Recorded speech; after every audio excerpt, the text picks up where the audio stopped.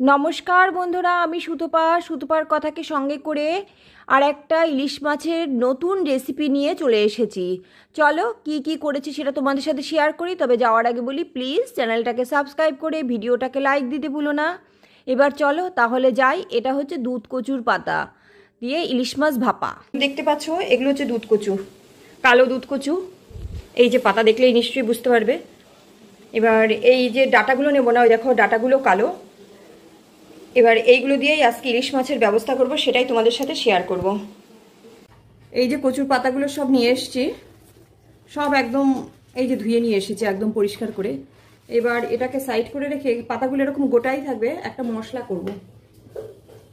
দেব জিরে, এই 1 চামচ জিরে দিলাম। এবার দেবো 1 চামচ সর্ষে, সাদা সর্ষে দিচ্ছি। সর্ষে আর জিরে সম পরিমাণে দিলাম। এইগুলোকে একটু শুধু ঘুরিয়ে নিয়ে আসি, তারপরে জল দিয়ে পেস্ট করে নেব। দেখো সুন্দর গুঁড়ো হয়ে গেছে, কিন্তু শুকনো গুঁড়ো করলে না গুঁড়োটা ভালো হয়। এবার এর মধ্যে দেব আমি এই যে আদা আর কাঁচা লঙ্কা।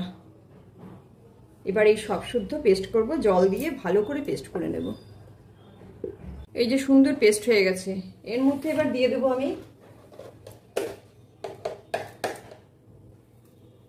লবণ, আর দেব হলুদ। তবে হলুদটা একটু কম দেব, ভাপাতে হলুদ খুব বেশি ভালো লাগে না, তাই। এইবার এটাকে আর একবার ঘুরিয়ে সাইড করে রাখবো। এইবার নিয়ে এসছি আমি এই যে কচুর পাতাগুলো। এর আমার কাছে পাতা যে কটা রয়েছে তার হাফ পাতা নিচে এরকম করে দিয়ে দিলাম, ছোটগুলো উপরে দিই। পাতাটা সাজানোর একটা ব্যাপার আছে।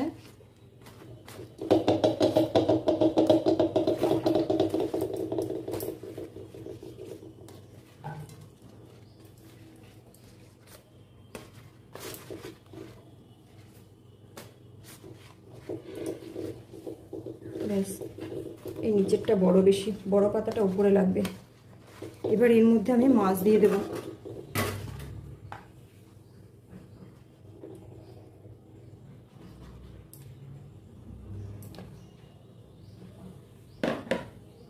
এর মধ্যে এবার এই যে মশলাটা বেটে রেখেছি সেইটা দিয়ে দেব।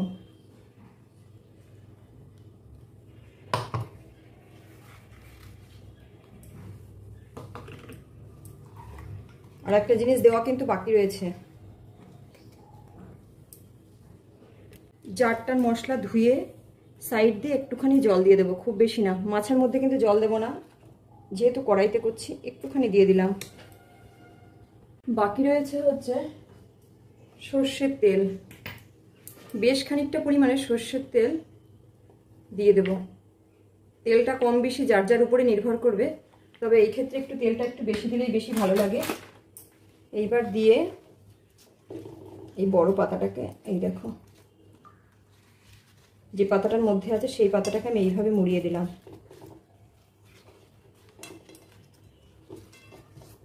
আগে বড়টাকে মুড়িয়ে নিলাম, তারপরে ছোটগুলোকে মোড়ালাম। বড় পাতা সবসময় তলায় দিলে ভালো। এইবার উপর থেকে এই যে একটা একটা করে পাতা এইভাবে দিয়ে দেবো।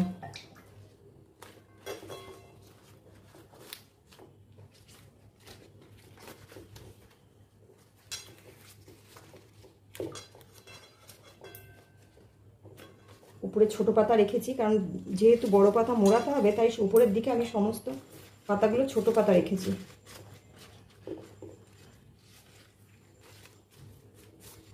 পাতা তোমাদের কম বেশি করতেই পারো, মাছও কম বেশি, মশলাও না, মশলাটা ঠিকঠাক একটু রাখতে হবে। আমার 4 পিস মাছে ওই 1 চা চামচ করে মশলা দিয়েছি। এবার এটা হয়ে গেছে, এইবার এটাকে আমি ঢাকা দিয়ে দেব।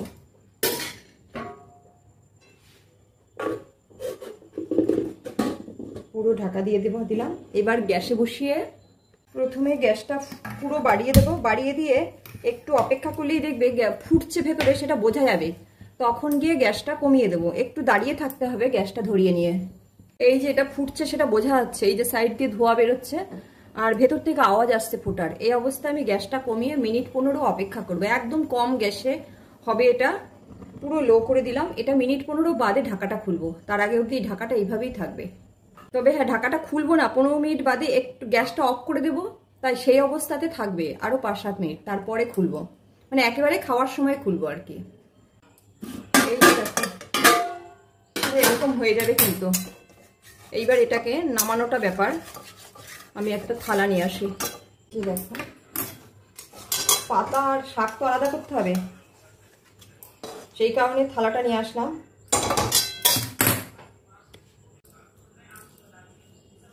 এই পাতাগুলো ওই মশলা দিয়ে যখন মাখিয়ে নেবো, যা লাগে না খেতে।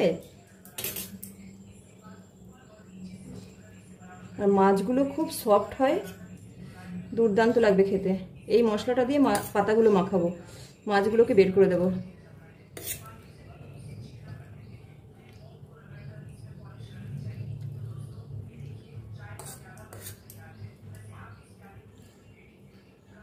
অবশ্যই কমেন্টস করে কিন্তু আমাকে বলো রেসিপিটা কেমন হয়েছে, আর একবার ট্রাই অন্তত করো এই প্রসেসে।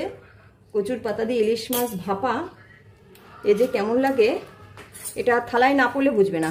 এবার এটাকে মাখিয়ে পুরো ভাতের সাথে।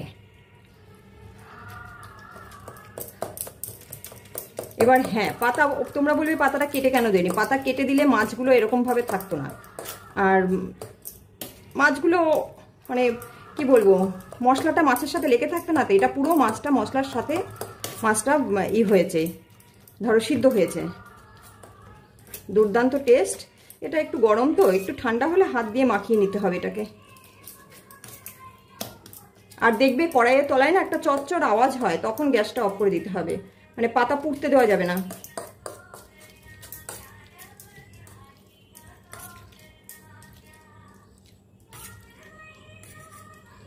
এই যে দেখো কেমন দেখতে হয়েছে বলো।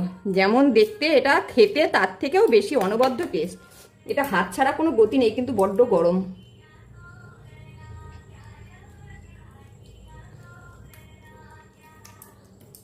আর আজ এই অবধি থাক তাহলে, আবার দেখা হচ্ছে পরবর্তী রেসিপিতে। আমি এইগুলো দিয়ে এবার ব্যবস্থা করি ভাত দিয়ে। দুর্দান্ত টেস্টি, আর সহ্য হচ্ছে না এখন। আজকের মতন এই অবধি, টাটা বাই বাই।